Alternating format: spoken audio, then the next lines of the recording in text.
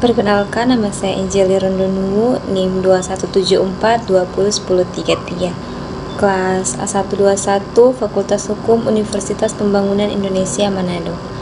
Saat ini saya akan membahas tentang tahapan pembentukan perjanjian internasional menurut Konvensi Wina tahun 1969. Dinamika hubungan internasional kontemporer ditandai oleh munculnya berbagai aktor hubungan internasional selain negara.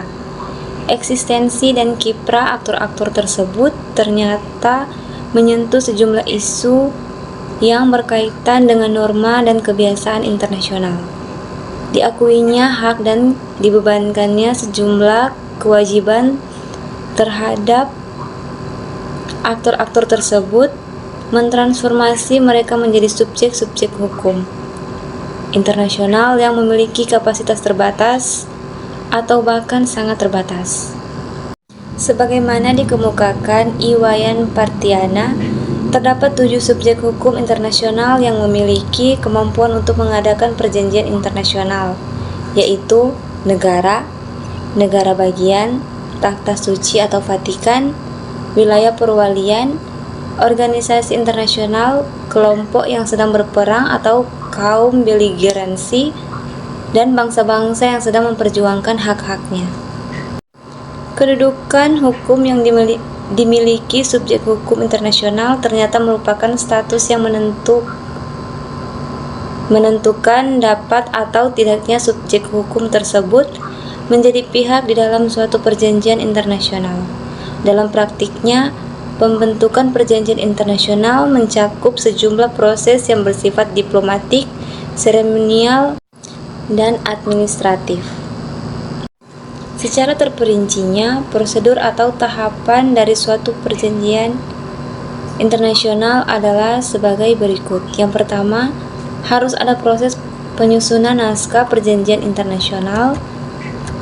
Yang kedua, penerimaan naskah perjanjian. Yang ketiga, pengesahan bunyi naskah.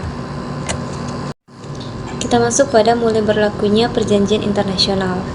Menurut Iwayan Partiana, untuk perjanjian-perjanjian internasional yang melahirkan kaidah-kaidah hukum yang berlaku umum, saat mulai berlakunya ditentukan dengan suatu rumusan tertentu.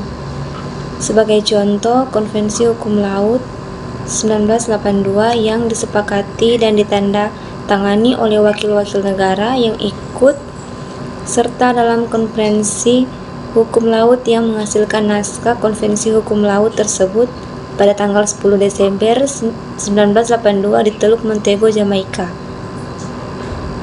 Dalam salah satu pasalnya, yaitu pasal 308 ayat 1, ditegaskan sebagai berikut. Konvensi ini mulai berlaku 12 bulan setelah tanggal pendepositan atau penyimpanan piagam ratifikasi yang ke-60. Terhitung mulai tanggal 10 Desember 1982, Konvensi Hukum Laut 1982 ini sudah mulai dapat diratifikasi oleh negara-negara.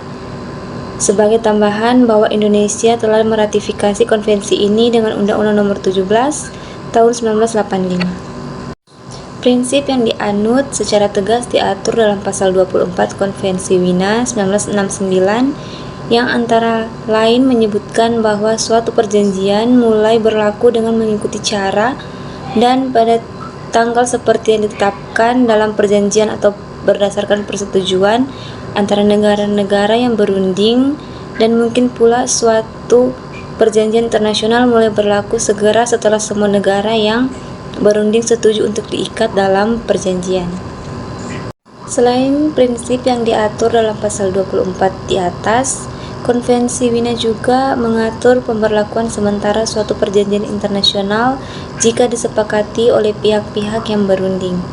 Pasal 25 Konvensi Wina menyebutkan bahwa suatu perjanjian atau sebagian dari suatu perjanjian diberlakukan sementara sambil menunggu saat mulai berlakunya. Jika ditentukan demikian dalam perjanjian atau negara-negara yang berunding dengan cara lain menyetujuinya.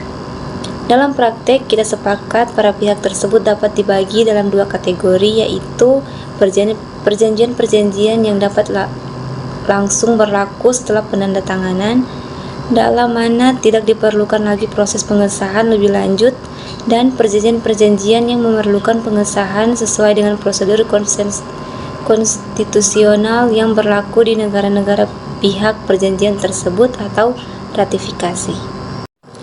Karena itu, dengan dasar dua penggolongan tersebut, kita temui bermacam-macam perumusan klausula penutup mengenai mulai berlakunya suatu perjanjian, dan ini dapat dibedakan antara perjanjian bilateral dan multilateral.